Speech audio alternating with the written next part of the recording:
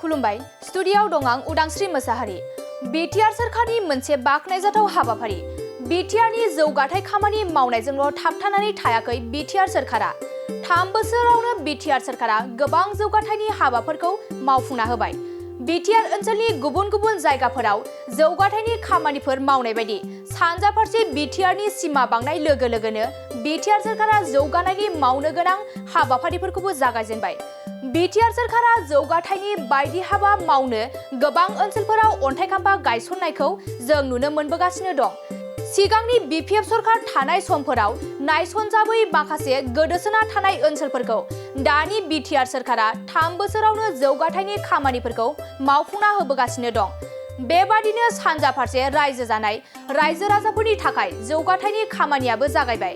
दिनै बिटिसि एसअपिडिनि सिङाव डब्लिउपिटि आरो बिसि बिफाननि गेजेरजों सादिकियाजुलि बाथौ थानसालियाव सुबुं सानजारि न' लुनायनि अन्थाइ खाम्फा गायसनना होबाय बिटिआरनि खुंगिरि प्रमद बर' बिथाङा। दिनै जोङो सनितपुर जिल्लानि सिङाव थानाय नैबे दिंखियाजुलि बाथौ गुथुम हिसाबै खोब रंजानायनि मोनसे सान बा गोजोननायनि मोनसे सान बेखौ बुंनांगोन। मानो होननानै बुङोब्ला 2020 मायथाइनि 27 जानुवारियाव जे बिटिआर सुक्ति जादोंमोन, दा बेवहाय जोंनि सनितपुर जिल्लानि माखासे गामिफ्रा हाबसननायाव जोंनि दिंखियाजुलि बियाबनिबो माखासे गामिफ्रा बेवहाय हाबसनफादों।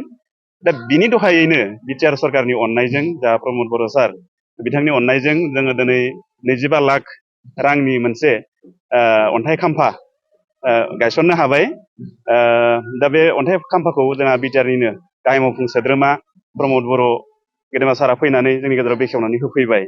दा बिनि थाखाय जोङो सारनिसिम खोब रोजा रोजा साबायखर बावदों। जों खोब गोजोननाय फोरमायदों जाहाथे उननि समफोरावबो सारनि लोगोसे बेबायदिनो बिटिआर सरकारनि अननायखौ जोङो बेबायदिनो मोनलांबाय थागोन। दा बेखौ जोङो मिजिंथिदों आरो। बिथाङा मानि मुङाव अन्थाइ खाम्फा गायसनो?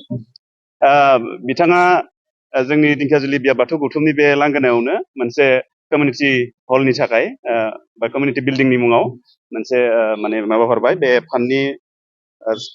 फान्डनि मुङा construction of community building at Saha Dhekazuli Batu Thansali under the WPT and BC department under SOPD BTC for the year 2023 and 24 बे BCDC माजबाट आरो जिल्ला उदालगुरि दा बे स्किमनि आन्दाराव जोङो बे फान्डखौ मोननो हादों।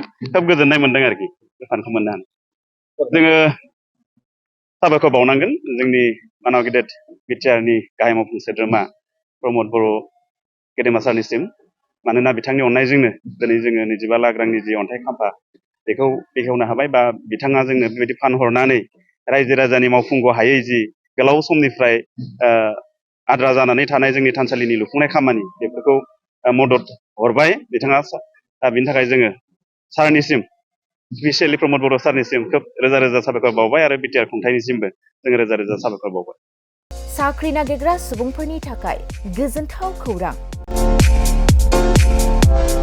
गिबि खेबनि थाखाय आरबि मेथमेटिक्स सेन्टारा बाक्सानि सदर मसलपुराव गासै कम्पिटिटिभ एग्जामनि थाखाय गोदानै कचिं सेन्टार बेखेवनो थांगासिनो दं। जायफोर सुबुंफ्रा गोजान जायगायाव थांनानै कम्पिटिटिभ एग्जामनि थाखाय कचिं लानो हायाखैमोन, बिथांमोना बे बारनिफ्राय बे कचिंनि खाबुखौ आरबि मेथमेटिक्स सेन्टारनि जोहै मसलपुराव मोननो हासिगोन।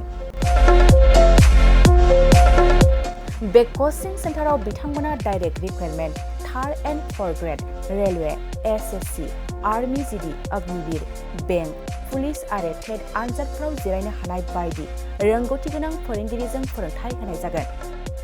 बे कचिं सेन्टारनि सोमोन्दै आबुङै मिथिनो थाखाय 9101450597 6900584714 आरो 9365132228 जानबुं अनजिमायाव खौरां लानो हागोन।